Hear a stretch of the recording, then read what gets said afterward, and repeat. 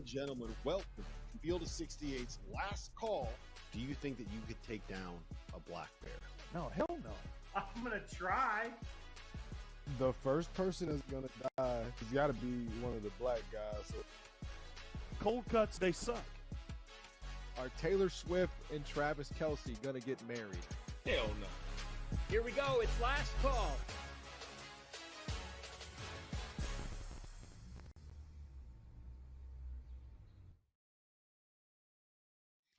Hello and welcome to the Wednesday evening edition of Last Call. We are live over on Stadium. My name is Rob Doster. I have with me head coach Matt McCall. I have with me the 2012 National Defensive Player of the Year in our hearts and in our minds, and according to the Field of 68. We're sticking with that, Henson.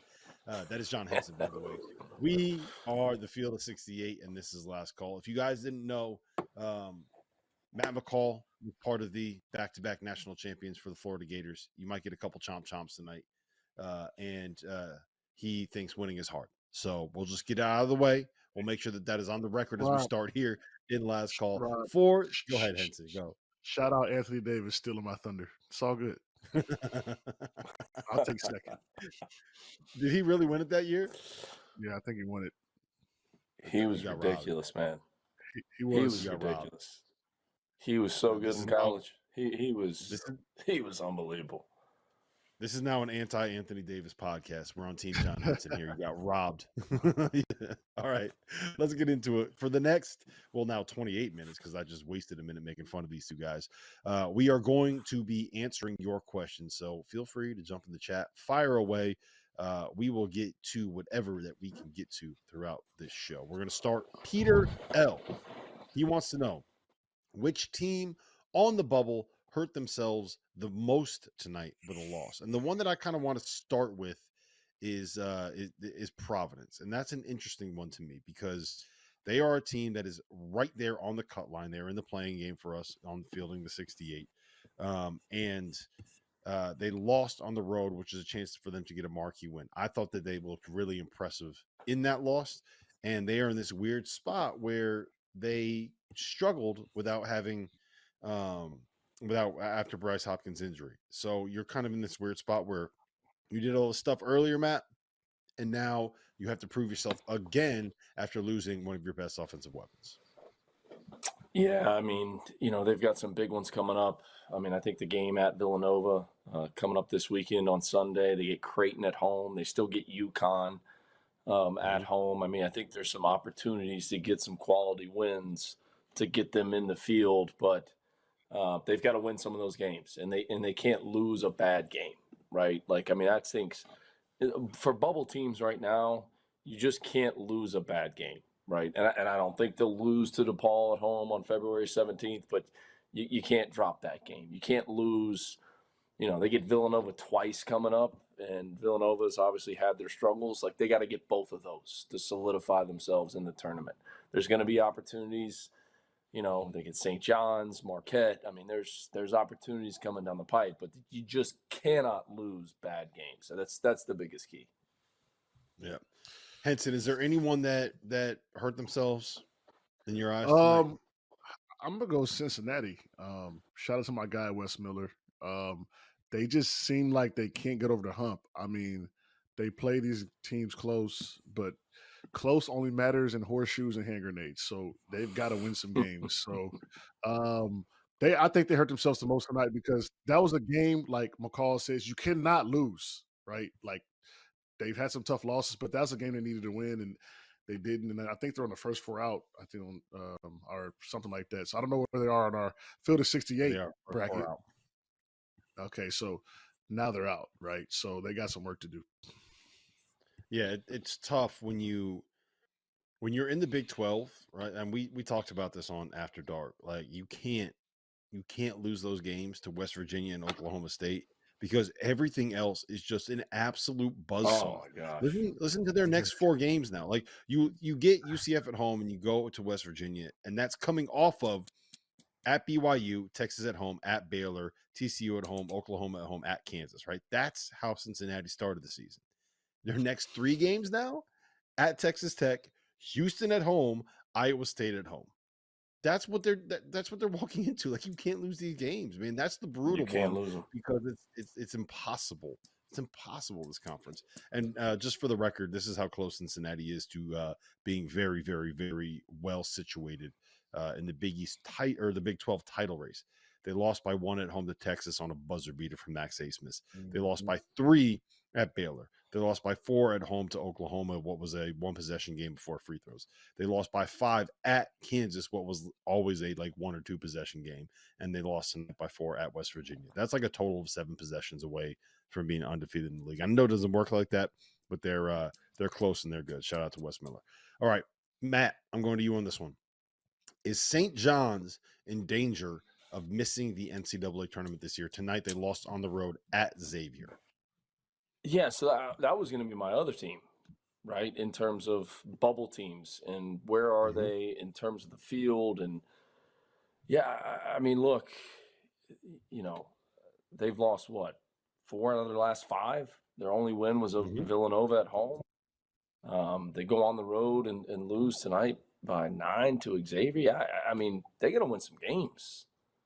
I do think they're in danger of missing the tournament. I really do. I mean, they lost to Michigan at home, and we all know that's a bit of a disaster this year. So, yeah, they've got to find a way to win some games coming down the stretch. I mean, if you look at their schedule, they got UConn, which I know everybody's going to be dialed into this weekend. We've got some theatrics coming in that game, which will be fun to pay attention to. DePaul. What do you mean? Marquette, Theatrics? Is there something going on with those programs? There'll be some there'll be some excitement. There'll be some feistiness, which is great for college basketball. It's great. It's awesome. What you guys witnessed this past weekend, it was great. And you know what, Rob? I'll say this, and you made this point Saturday morning, and I was tuning into you guys. Nobody from Providence crossed that line, right? You said it. You said there's a line, and everybody knows not to cross it. And you just hope nobody crosses that line for Ed Cooley. They were angry. They were fired up. They had signs, but there was nobody threw anything. No one got hurt. Nobody threw anything at the bus. They didn't cross the line, right? And it was entertaining. I mean, even if you're not a college basketball fan, you were tuned in to Providence, Georgetown. You were tuned in to see what was going to happen. Well, it's because you wanted to see if there was going to be something thrown. And just for the record, there were a lot of things thrown, and by the way, they walked him out like he was Conor McGregor getting ready to fight in like a prized fight. Look, like the amount of people that walked him out, like, where's the ring?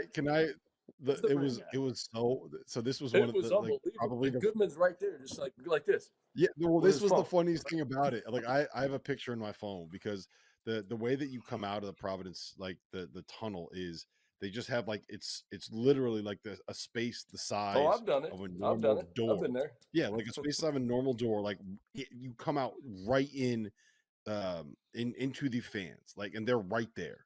They can someone on each side can smack you on the head as you walk out. And so he's got all the security and stuff walking there. And the where you come out, there had to have been 40 members of the media up there holding their phone. And I was standing on the other side of the court. I wanted to get more of the crowd reaction than just him.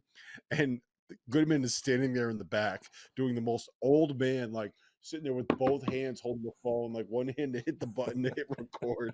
And it's just he's never looked more old than in that very moment. It was amazing. It's really fun. Is it true that they said, hey, look, if you do any crazy stuff, you're gonna go into jail? Like, they said that straight up. No, not jail. So what they did was they sent out an email the morning of to every single student. They said, if anybody, we have extra cameras, right, just on the student section. If anybody throws something on the floor, you're not getting suspended. You are getting expelled. That's a promise. And so the kids didn't throw anything on the floor. After the windmill from Devin Carter, the student section, beers went flying in the air. It was like that they just won the Super Bowl. It was actually pretty cool. I got a little bit soaked. I smelled like Miller Lite the rest of the day, but it is what it is. Listen, we have a lot more that we have to get here. Get to here. We're going to talk about the Chris Collins ejection. We're going to talk about whether or not Memphis actually belongs on the bubble, and we need to talk about Lance Jones. Is he the most underrated transfer in all of college basketball this season. Coming up next.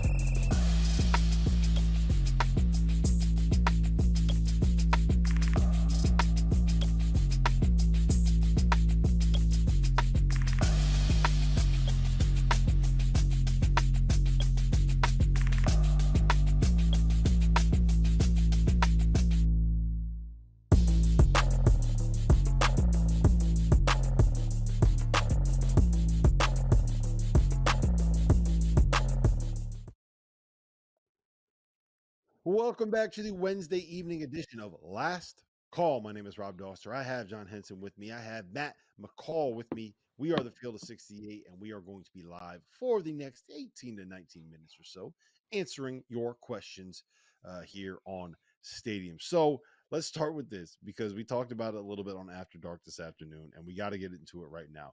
Have either of you guys seen a better ejection? And I'm not just going to limit this to college basketball. NBA, baseball, NFL, whatever you want. Have you seen a better ejection, Matt, than what we saw tonight from Chris Collins? I don't know. When you look at like baseball and the managers go out there and like pull the bases out and they start chucking the bases at the umpires. I mean, that's like all time. You know, I was still trying to make sense, and he was like pointing at that. And then he's like, then he goes over and gives him a hug. He's like pointing at him. And then he like runs over there and he hugs him. And then he's like getting the crowd into it. It was amazing. Let's go. I just got tossed and we lost. I mean, it's not a a Bob Knight chair throw. I mean, it was pretty good. It was pretty good. But when you see those baseball managers start going up there and digging up the bases and chucking those, I mean, that's hard to beat. Henson, my favorite is when they kick the dirt on the other guy's shoes, and it's yes. F your dry cleaning bill. Here, your shoes are gonna be dirty now. How about that? Yeah, that's what you get. Kicking dirt on you. Yeah, it's in like baseball. It's funny because like they kick the dirt, and like in real life that's like fighting words, but the ump's just like stoic, right? like what's going on here? But no, that was Antonio Brown when he was with the Bucks, when he took his whole uniform off, and Henson, I know you're a Bucks guy, being from that area, when he was doing this in the end zone. That was a pretty good one too. Yeah, I'm as far as coach, that's up there. Just how he got in the ref's face, ran on the court, was hyping the crowd up. He points at Painter, but looks like he's like talking shit, and then he gives him a hug. And then he says to everybody, like, hide down the bench. He goes, hug Zach Edey. Like, I just like I said, it's almost like he had a dream. Like that was one of his bucket list items. Like, let me get tossed out of a game and just act a fool. And that's what he did. So no, that's 100% what it was. There's no doubt in my mind. That's 100% what it was. Like, he always wanted to just go nuts and get tossed out of the game. So once he realized that it was over, and he was pissed because it was a 46-8 free throw discrepancy, like a couple of questionable calls. He's like, you know what? He's like, now's my time. He's like, this is my moment. It's never going to be better than this right now. We got the number 2 team in the country. We got the 2-time National Player of the Year. I'm in Mackey Arena. I'm on national television. Robbie Hummels on the call. We're doing this. It's go time. And he just ran on the court, got the official's face, gave him one of these. Like, I want to know, and both of you guys probably know this better than me. Like, when you're getting in an official's face, like, what are you actually saying? Like, are you cussing them out? Are you sitting there saying, you got that one wrong? You know you got that one wrong. Like, McCall, talk to me. How do those conversations go? Henson, you go first, and then we'll go to McCall. So college, not so much, because it's just, your kids and, you're respectful. But in the pros, I mean, I used to lay it on them. I would say some stuff. I wanted them to react. That's all I wanted. I wanted a reaction. So I'm gonna say what I got to say to get a reaction. And a lot of times it would kind of go like this: F you, call it F you. Hey, call the tech. Don't be scared. Call the effing tech. And the ref would be like, all right, boop. Like, just it gets to a point where you it feels good. You gotta let it out. So you gotta let it out, and you can't touch them. You can't do anything. You just gotta use your words, and sometimes it's necessary. Now, when I saw my technicals for what I was fined, it was like at 35K. I didn't get a technical sense because that adds up, and so I was like, whoa, I'll stop. Up, man. That adds up. Stop. But yeah, my text was just more so just frustration, and I just wanted the ref. I just need some ref just to.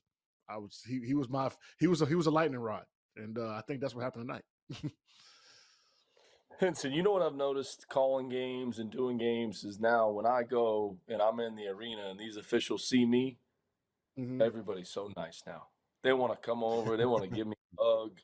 Hey, we love this Matt McCall. Man, you're so much nicer. You're not over there stomping and yelling and screaming at us. If I was losing my mind, and a guy that worked for me at UMass, Brian Grossman, he used to do an impression of me, and I would go over the top saying, that's not right. And I would say it like 17 times in a row. And I would be screaming, that's not right. That's not right. And I wouldn't let it go. And I would just keep going, and I'd have hand gestures, and I'd go at them. And I have certain officials that we never really got on the same page.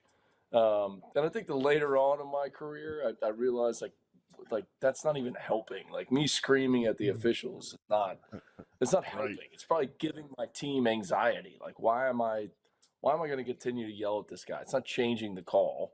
He's a human being too. Maybe I should just have conversations with him.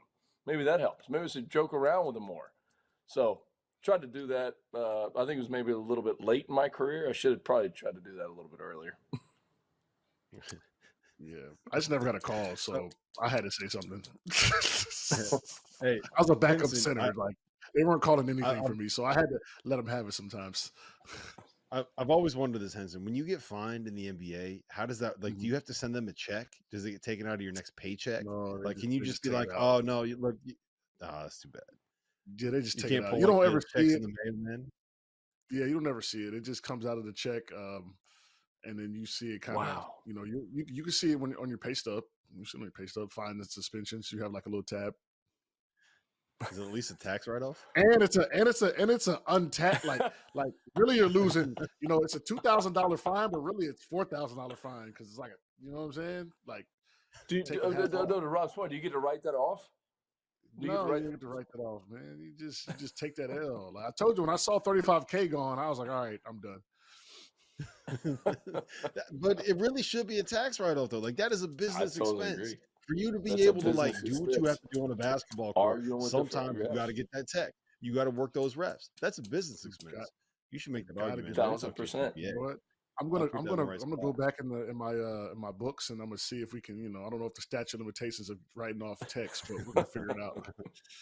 Hey, Edson, if I could buy a $2,000 TV and write that off as an expense because I have to watch games from home in my office, then you should be able to write off a technical fine. We got to talk to your CPA about that. I bet you can get some money back. Listen, you don't want to get suspended. You don't want to get suspended a game. A game check is like, an average game check just average is like $40,000. So you don't want to get a game. I'll tell you that. Yeah, no. I won't do that. You don't get. That won't be the hit. You suspended from the field. 68 for an episode. I promise you that much. Listen, Listen, guys. All right, we're gonna come back in a second. We got a lot more to get to. We got to get to the Big Ten. We got to get to Lance Jones like a tease. George W. just hit us with a fun question that is going to be a little bit of a thought exercise. I think you guys will like this. Last call. Coming right back.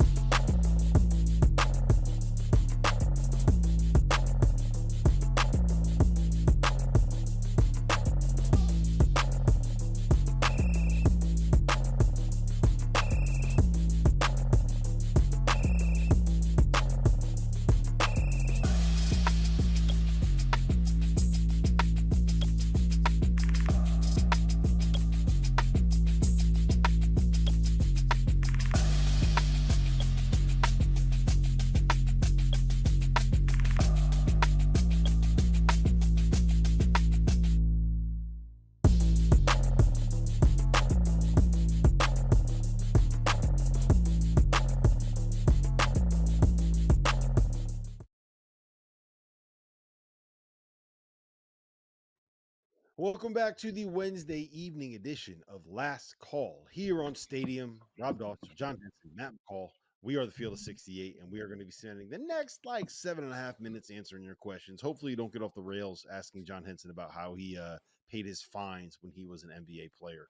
Of all the stories that I could get from you from your time in the NBA, asking how you paid the fines is probably the most boring one that I could have asked you. I know you got some stories, Henson. We're going to get them out of you one day. All right. This is what I'm going to hit you with. It's from Kyle C. Henson. Is the Big Ten better than people give it credit for this year? Hell no. But I think that I think the Big Ten is okay. I don't think they're better than people give them credit for. I think they are who they are. Especially in the postseason, right? You have to perform eventually.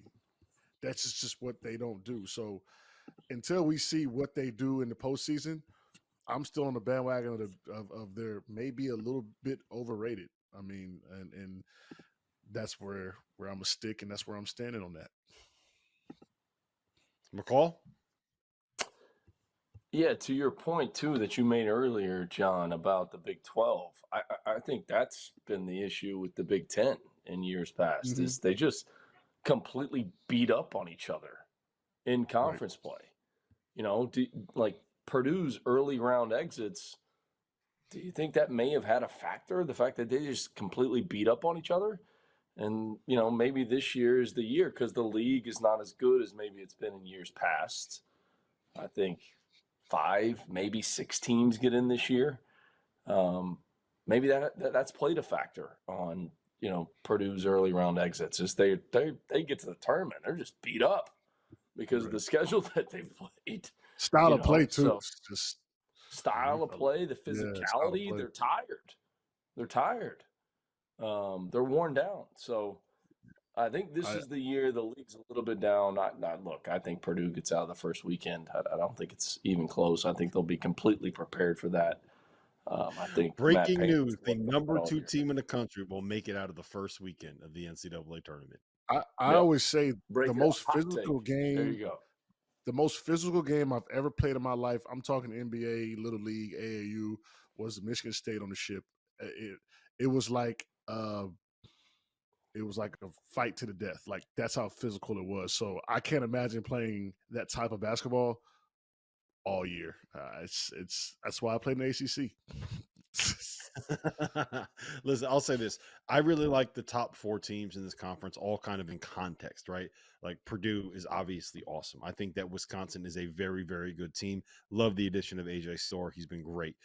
Illinois, I'm in on them. And I hate that I'm in on them because they're going to drive me crazy and they're going to do something dumb in the tournament and it's going to break my heart because I'm going to have them going too far. But that's just what happens. And then Northwestern, we talked about it on After Dark tonight. Like Boo Booey, Ty Berry, they are built like the team that ends up being an 8 seed that picks off a number 1 seed somewhere. That's actually a perfect segue. Lance Jones, McCall, he had 26 tonight. Is he the most underrated transfer right now in college basketball? Do you have someone that's more underrated than him? Ooh. The only guy I can make a case for is B.J. Mackey at South Carolina. I mean, I don't think he's talked about enough. I really don't. I mean, I think Lance Jones is terrific, but to see what South Carolina's doing, I mean, that was the right guy for them to take, and he's a perfect fit for how Lamont Paris wants to play. So I think that's exactly what Purdue needed. But, man, B.J. Mackey and what South Carolina's doing is super impressive. So, and I don't think anybody talks about him enough. I really don't. So I'm going to throw him in that category. Henson, you got one for us? I'm gonna go. I mean, I guess. I mean, it sounds cliche, but I mean Hunter Dickinson. But I'm gonna go Lance Jones. Probably impactful because he adds a little bit of he adds a little bit of juice to that lineup. Adds a little bit of just a different style of play from Smith and Lawyer. So I like how he likes to he pushes the pace, gets to the rim, hits some timely threes today, some timely shots. For a team, the rich got richer with him. So he might be the guy that can take them over the edge, especially when things break down. He can get into that lane and play a little bit, which is what they kind of were missing last year.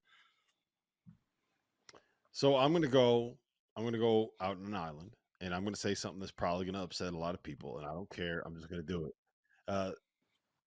Lance Jones isn't even the best Southern Illinois transfer in the Big Ten, and not even the most underrated Southern Illinois transfer in the Big Ten. Marcus Domask is averaging 15 points a game at Illinois. He allows them to play booty ball. Last thing I got, guys, Henson, if you had to go back to school today, but you couldn't go to UNC and you couldn't play basketball, where would you go and what sport are you playing?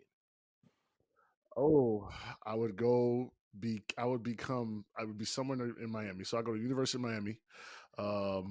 And if they got a pickleball team, run it. McCall, what about you? I would play golf at Florida Atlantic. What are you talking about? Yeah. I'd go to FA. I would say golf too. I was going to say golf. Yep. Golf 1,000%. at University of Miami sounds good. Come on, sounds man. Good. Grove 23. Let's go. Yeah, there you Big go. flex.